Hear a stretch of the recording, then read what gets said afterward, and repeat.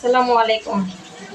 আমি এইভাবে আলুর ভর্তা যদি বানান, আমি যা নিয়েছি, এই যে বড় বড় আলুগুলাকে পাতলা পাতলা করে কেটে ছোলাসহ বেজে নিয়েছি। কেন বেজেছি তার পিছনে একটা কারণ আছে। আমাদের গ্রামে এই যে বড় বড় আলুগুলো হয়, এগুলার চাইতে ছোট ছোট গোল গোল লাল লাল আলু হয়। আপনারা চিনেন কিনা আমি জানি না, কখনো কেউ দেখেছেন কিনা। এই যে এই আলুটা আমাদের গ্রামে হয়, তো এই আলুটার থেকে সবচেয়ে ছোট ছোট গুঁড়া গুঁড়া যে আলুগুলো আছে, ওই আলুগুলোকে আমরা বিচি আলু বলি। ওই আলুগুলো আমরা সিদ্ধ করে খোলায় তেলে এরকম পাতায় বেটে ভর্তা করে খাই, যেটাকে আমরা বিচি আলুর ভর্তা বলি। তো আজকে আমি এই আলুগুলো দিয়ে, যেহেতু আমি বিচি আলু এখন পাবো না, দুধের স্বাদ গুলে মিটানো আর কি, তো যাই হোক, দুধের স্বাদ আসলে গুলে মিটানো না, এভাবে ভর্তাটা বানালেও মানে আপনার কখন যে পাতিলের 4-5 প্লেট মানে ভাত শেষ হয়ে খেয়ে উঠতে পারবে। হ্যাঁ,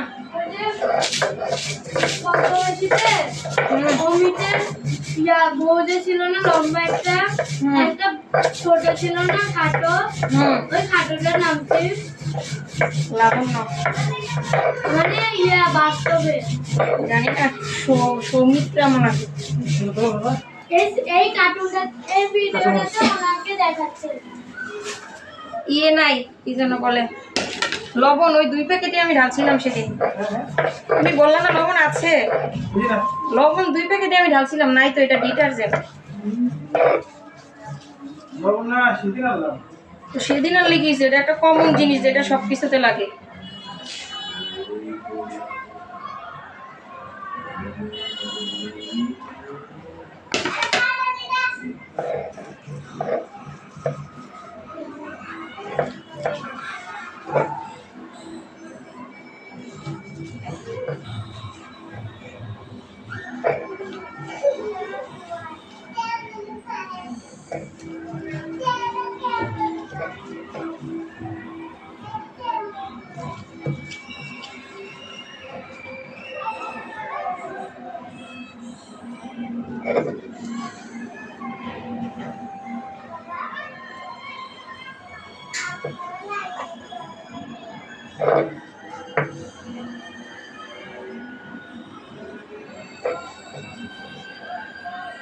এখন ধনে পাতা কোনটা ওঠে, বরস পাতা না ধনে পাতা?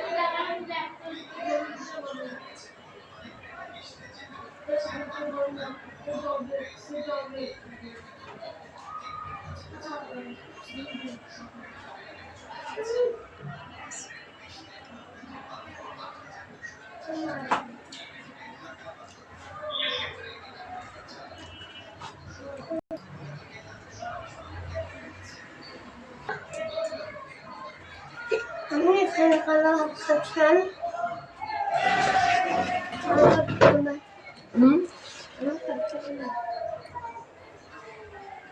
নাও ভর্তা নিয়ে যাও, মাছ ভাজা নিয়ে যাও, ধরো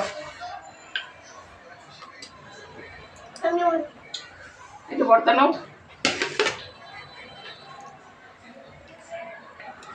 ভর্তা রেডি, এখন শুধু গরম ভাত দিয়ে খাওয়ার পালা।